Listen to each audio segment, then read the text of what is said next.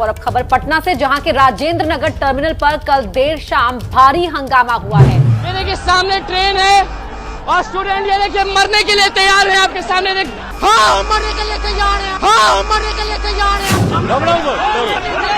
देखो तुम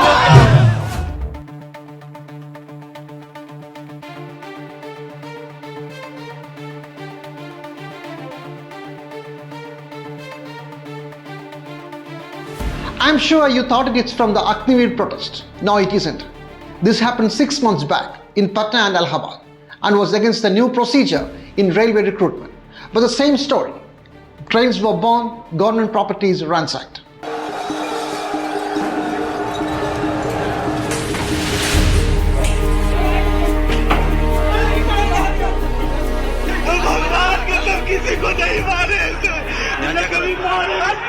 Until date, the recruitment for about 35,000 posts in railways has been freezed. And now, protests against recruitment in armed forces.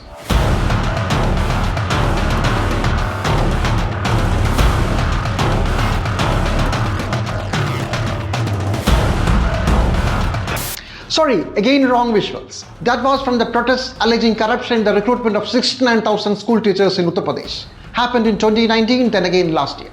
And similar incidents are getting repeated across the country for some time.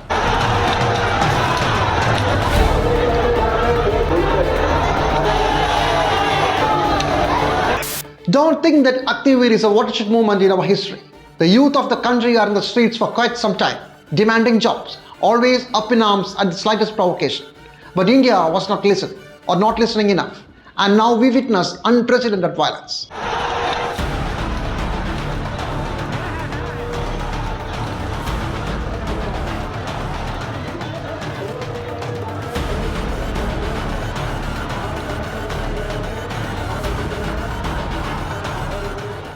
Why is the government reluctant to give them jobs? Are they broke? Welcome to the money train.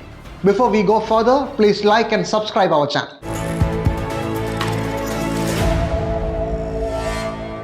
It all started with a tweet from the Prime Minister on June 14th.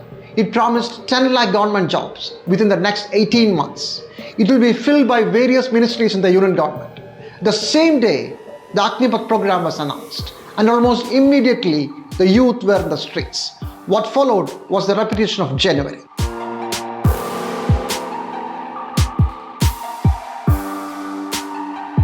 There were two reasons for the youth's outburst. One, no more permanent jobs in the lower ranks of the armed forces. And the second, there was most bizarre one. Those who had cleared physical fitness tests and waiting for written exams were shown the exit. The entire process was cancelled. We are talking about a loss of 60,000 jobs. मैं 2021 में 5 मार्च को rally हमारा सबका conduct हुआ। Medical भी fit है, हम लोग फिजिकल भी फिट है।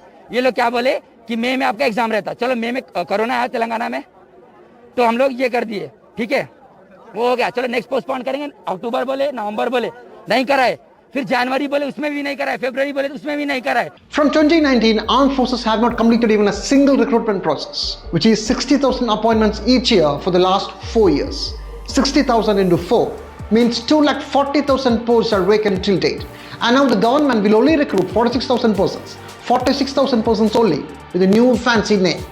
A huge job loss of 1,94,000. This is the nucleus of the issue.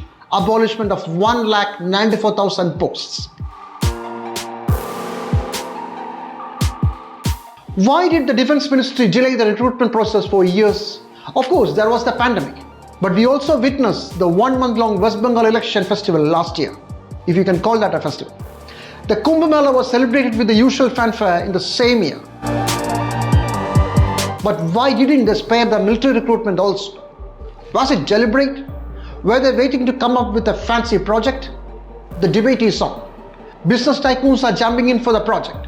The Mahindras and the Tatas vow to take them on board when they retire. Army veterans shot back, asking how many ex-military personnel have they employed so far.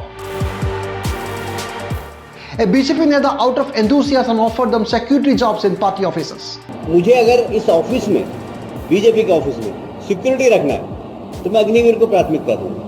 Opposition alleged that this was always the Saffron Brigade's wet dream. But let's return to where it all began, the Prime Minister's tweet. about filling 10 lakh posts in the union government. How did he arrive at this figure? How much are the total vacant posts in union government? What is the data? In fact, where is the data? We don't know because it was just a tweet, 2-line tweet. There was no mention of the cutoff date. In February, the government told Parliament that 8.72 lakh vacancies exist in central government ministries and departments only. Not PSUs, not public sector banks, not Kendriya Vidyalayas, not central universities, not hospitals and other central government run entities. Now, 2 years ago, the central armed forces, vacancies in central armed forces was about 1 lakh. So if you take the two together, it comes to about 10 lakh. But the parliamentary record shows that 8.72 lakh vacancies are from the financial year 2020. No data is available beyond that. 2 years have passed. Thousands have retired since then. New recruitments must have happened, or did they leave all of them unfilled as they did in the armed forces? Nobody knows. Sorry, only Modi knows. Maybe some of his close aides also know. We don't know. Very strangely, we have been passing through a severe and chronic job crisis, but the government refuses to give the number of vacancies. So, and we have no independent way of knowing the number of vacancies unless government provides that number. So we can't say. It could very well be 10 lakh or more, excluding central armed forces. Let's do the math with the data we have in our hand. Total civilian workforce of the union government is 38 lakhs as per records. Even going by old figure of 8.72 lakhs as the unfilled vacancies, it is 23%. Yes, almost 1/4 of the total vacancies of the union government is unfilled. This is pathetic, unfair too, not only to the job-seeking millions, but also to the government machinery. In 2016, the number of vacant posts was 4.22 lakhs, just 4.22 lakhs, and from there, it has jumped to 8.72 lakhs in 2020, more than doubled. The government was steadily keeping the posts vacant for years. There is no doubt in that. And remember, government jobs are the only realistic opportunity for Dalits and tribals of the country to get a decent employment. This government has denied that too. And on top of that, strange study reports from the government argue that every figure connected with employment is looking good, even during pandemic time. Yes, you heard it right. The union government is arguing that even during pandemic, we did great, at least in employment. There is a thing called periodic labor force survey. Its data for July 2020 to June 2021, means the crucial period of the COVID, argues that unemployment rate went down to 4.2% from 4.8%. Labor force participation is up to 41.6% from 40.1%. Worker to the population ratio, again up to 39.8% from 38.2%. It means more people are joining the workforce, more people are getting the jobs, and the unemployed people, the number of unemployed has fallen. Now, these are entirely contradictory to what we have seen during the pandemic in 2020 and 2021. And there are any number of studies which says we have lost millions of jobs. Government itself accepted 2.3 million jobs were lost. It did not say how many were permanently lost, but Azim Premji says in 2020 we lost 15 million jobs permanently. Then we have CMI data, and Asoka University and CMI combined, they studied job situation in 5 years between 16-17 and 2021. All of these are showing that there is a massive job loss. In 2019, an NSSO household survey placed unemployment rate at 45 years high. Predictably, the government discarded it as preliminary assumptions. But studies by private research firms like CMI also show that unemployment worry still persists, hovering just below 8%, with Haryana leading the list with 24% unemployment. The informal sector, which employs more than 80% of the workforce, is in peril, even before the pandemic, and now it's worst. No signs of improvement too. Violent protests across Bihar, Telangana, Uttar Pradesh, Haryana, Delhi, Jharkhand, West Bengal, Orissa. The youth is angry not because they won't get a job in military, but because they will not get a job at all.